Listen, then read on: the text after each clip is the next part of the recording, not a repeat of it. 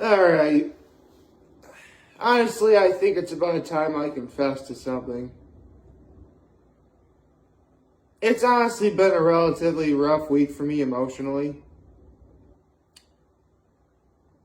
So, my low is the fact that I feel horrible I didn't come clean about that sooner.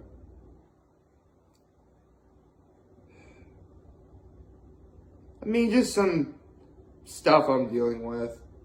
You know, to be honest, I'm kind of trying to change some ways of mine, but it's hard. But I can definitely say I needed a day like yesterday because not only was it what I needed, but I felt like I took a pretty solid step in the right direction. So my high was the three things I'm going to be talking about that happened yesterday. And my act of kindness was, well, I guess the act of kindness involves at least one of these three things, but I'll explain momentarily. So, good morning. Happy Friday. So, the first thing that happened yesterday was we had a new episode of Hot Ones yesterday with Courtney Cox. And as you would imagine, yes, of course they talked about her and her time on Friends. In fact, the final question was literally a video. Literally, the final question was a video I just did not 2 days ago. Because if you remember, I was explaining why Friends is still like that cultural phenomenon that it is after all these years. And Courtney Cox pretty much answered that exact same question, albeit slightly differently than I did. Oh, I say slight, she worded it a little differently than I did, but, you know, it was pretty much the same where, we all have that time in our lives in our 20s and 30s where we're young, we want to get out there and do stuff and make all sorts of decisions, be they good, bad, or ugly. And regardless of what decisions you make, life will rear its ugly head again for reasons that are good or bad or ugly. And it brought a level of humor to it that everyone can relate to. And I have to say, Courtney Cox just said it really well. Seriously, like, is it me or is Courtney Cox like the most underrated of like the actors that were on Friends to me? I don't know. I mean, I guess because like, here's the thing, she's like best friends with Jennifer Aniston, and rightfully so, because of their time together, doing Friends. But I thought because like everyone thought that, Jennifer Aniston was so incredibly attractive, Courtney Cox was kind of in the shadow. But don't worry, Courtney. I love you, girl. But on a serious note, this was a really great episode. She talked about how, her acting career was, being on Family Ties, Friends, being on Scream. They talked about how, when they first filmed Scream, like, Courtney Cox legitimately wanted to change the whole nice girl persona that she was on Friends. So she went up to, the director of Scream and being like, listen, can I be like this mean girl? And she got the role. And don't get me wrong. Being known for, one particular thing isn't necessarily a bad thing. I mean, look in the world of voiceover acting. I mean, you have voice actors like Peter Cullen and Kevin Conroy and Jodie Benson, who are all known for really doing just one, voice throughout all the years. But A, they did it really well. B, they all enjoyed doing that work. And C, they had the characters themselves at staying power. Oh, for those of you who don't know, Peter Cullen was the original Optimus Prime, Kevin Conroy's Batman, and Jodie Benson was Ariel, the Little Mermaid. Oh yeah, even to this day, Jodie Benson will still voice Ariel, the Little Mermaid.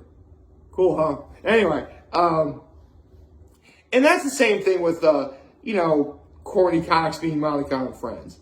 She'll always be known for being Monica to pretty much everybody. And that's a good thing.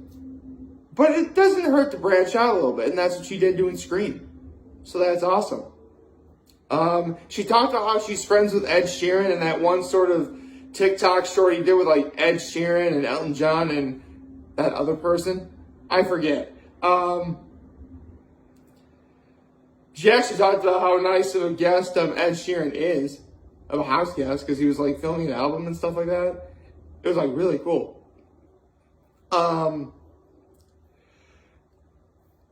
She talked about how doing financially independent films, in which like when you're the one who pays for it, you're the one who essentially gets to make all the shots and whatever. Like, this is a great episode. I mean, I'll admit, I've always been a fan of, because honestly, I would have seen Cougar Town a lot more if, like, I just had the opportunity to find it and if I ever knew when it was on. Like, seriously, I remember watching Cougar Town and I really liked it. That's actually that's actually a show I do recommend that you watch, but I actually want to, that should be a show that should be on Netflix. Cougar Town should totally be on Netflix. You're getting all the other Friends related stuff on Netflix. Get Cougar Town too. I don't know. It just makes sense to me to do that. So, that was the Courtney Cox episode of Hot Ones. Wonderful episode indeed.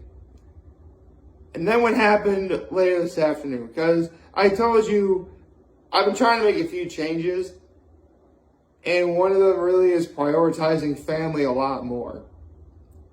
And so, yesterday afternoon, I actually went up to Carter Elementary School in Corning. And there, I met my mother and my nephews up at the park. And we played on the playground. It was the most pure, wonderful thing I think I'd done in so long. I mean, I've said this once, I'll say it for the rest of my life. I love my nephews. They are the reason why I wake up with a smile on my face every morning. But just watching them grow up and interact and having fun, it's precious. It is.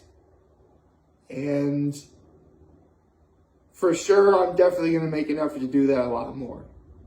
If I can, of course. I mean, yeah, sometimes, circumstances will, keep that from happening. Or if it's a day like my mom is, working or whatever, and she's not watching my nephews, we can't really do that. But for sure, I wanted to be in my nephews' lives a lot more. And honestly, yesterday I felt a step in the right direction. Now I just gotta keep that up for the rest of my life. Yeah, I'm looking forward to that. Who am I kidding? I loved it once, I'll keep loving it some more.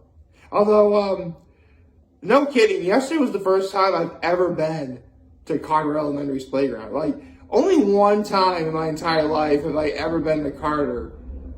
And that was when I was really, really little. And it had like the greatest sled riding hill ever. Like, my neighbors from across the street from me growing up, they had a dope sledding hill. But Carter was just like in a league of its own. And Carter's already on top of the hill too. So you can imagine how fast you're really going. Although, if you're from my area, you're probably going to want to hear this. Nothing will ever beat the majesty that was Ponderosa Hill. Ponderosa Hill is still there, it's just owned by a private property. So, you can't go on there anymore. Real sad, too. I dare say Ponderosa Hill was the GOAT of sled riding hills in my area. But I had a lot of fun with my nephews. Pushed them on the swing, climbed up on the playground. We rolled a couple, like, balls down a slide. Threw a ball back up to them while they were on, like, the balcony and the thing, and I'm on the ground or whatever. It was nice. It was honestly, it made me feel a lot better. So much better that, like, it brought a tear to my eye. Just how beautiful it was. So, yeah, I'm doing that a lot more. And who knows? Maybe if my brother and my sister-in-law allow it, you know, you could see my nephews in these videos one day. I mean, they're only like 2 years old. It's a little early to do something like that, right? I mean, at least another, like year and a half almost before you even want to consider something like that. But, you know, it's an idea. One that I'm willing to go with later. But now we got to get into the final thing that made yesterday truly special. And that was the season 2 finale of the Go Big Show. A battle between, I think his name was James Conner, the motorcycle guy, the Dare Daughter, Professor Splash, and Manu, the Flying Frenchman.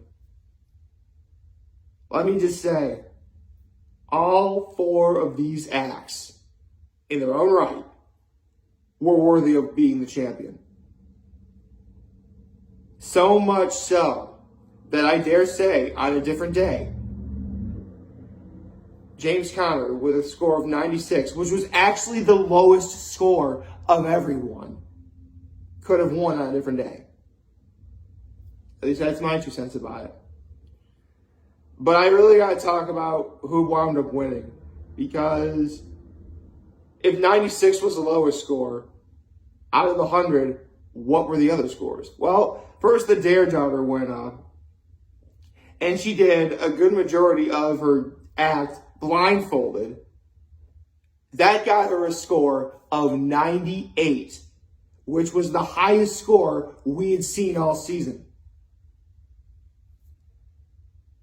And you're probably thinking, that may very well have won it all.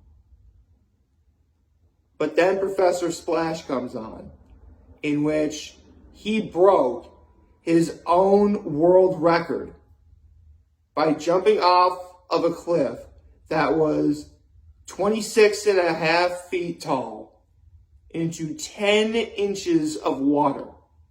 He basically had to belly flop into the water.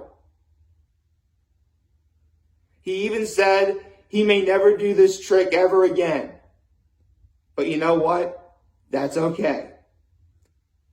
Because he broke that world record. He wound up being okay. And we were all thoroughly entertained by what we were watching.